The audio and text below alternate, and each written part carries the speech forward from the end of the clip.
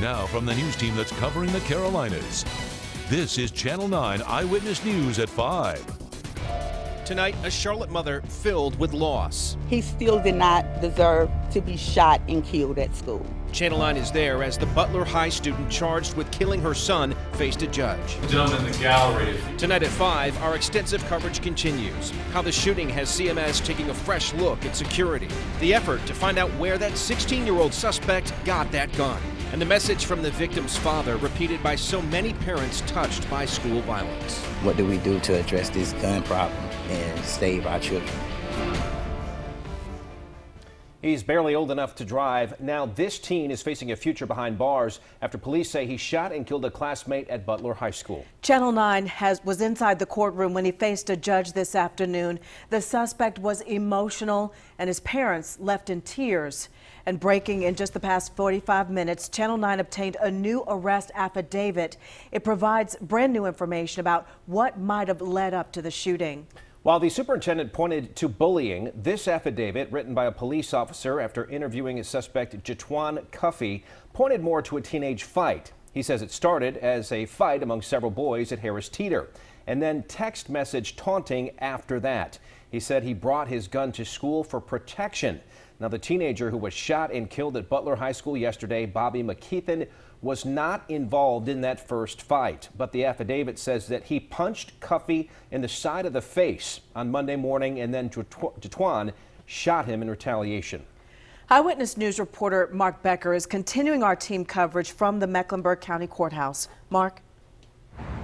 Yeah, Erica, Gaston County was in the courtroom here for all of about 3 minutes for his first court appearance this afternoon. And he didn't say anything we could hear, but he really didn't have to. The tragedy of this case was written all over his face.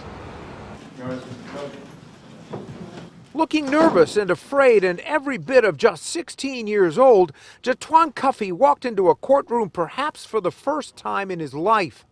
Number one, you can see he has no prior convictions.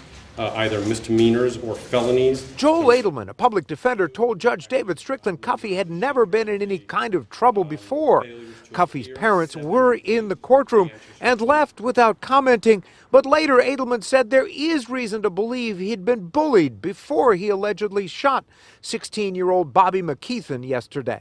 I think that it's already out there that there were threats to him and that there was an issue of bullying. But outside their home earlier, McKeithen's family took issue with the suggestion that he had bullied anyone. It was easy to get along with, so when you hear stuff like this that come out, it kind of disturbs you a little bit. We knew the person, and he had a heart of gold.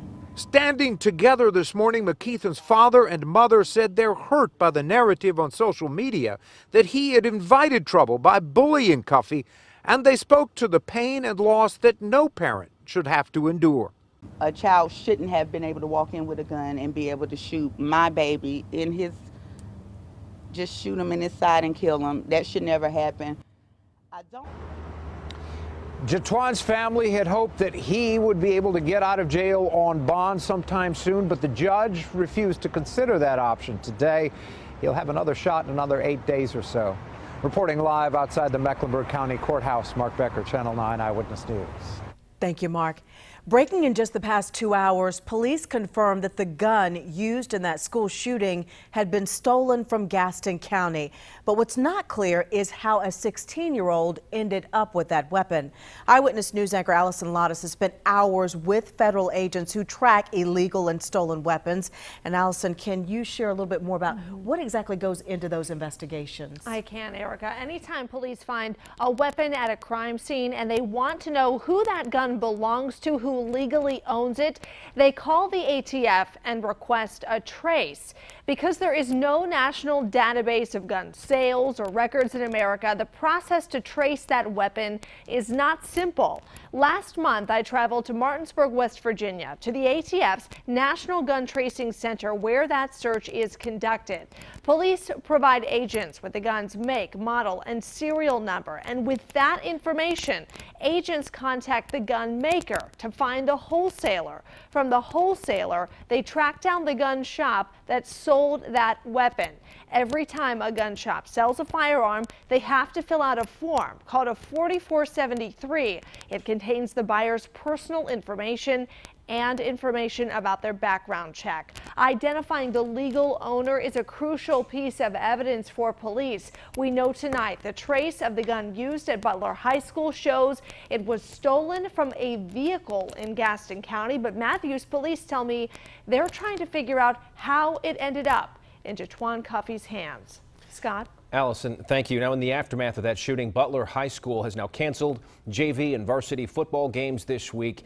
The violence is also expected to come up during the CMS board meeting tonight. Eyewitness News reporter Deshaun Brown is live outside the Government Center for us tonight. Deshaun? Scott, the board has already pulled the most significant business item off of the agenda today. They were supposed to discuss a controversial report on school boundaries regarding charter schools. One of the towns included in that report is Matthews, where a student was just shot and killed. And the shooting yesterday that killed 16-year-old Bobby McKeithen sent shockwaves to the entire CMS community. Superintendent Clayton Wilcox immediately vowed to make sure the district was doing everything it could to make sure its students and staff are safe. Tonight, we expect to hear from Dr. Wilcox during the superintendent's report. There's also at least one student who signed up to speak on the issue of school violence. A few minutes ago, I spoke with a mother with 3 children who attend CMS schools. She told me something has to change.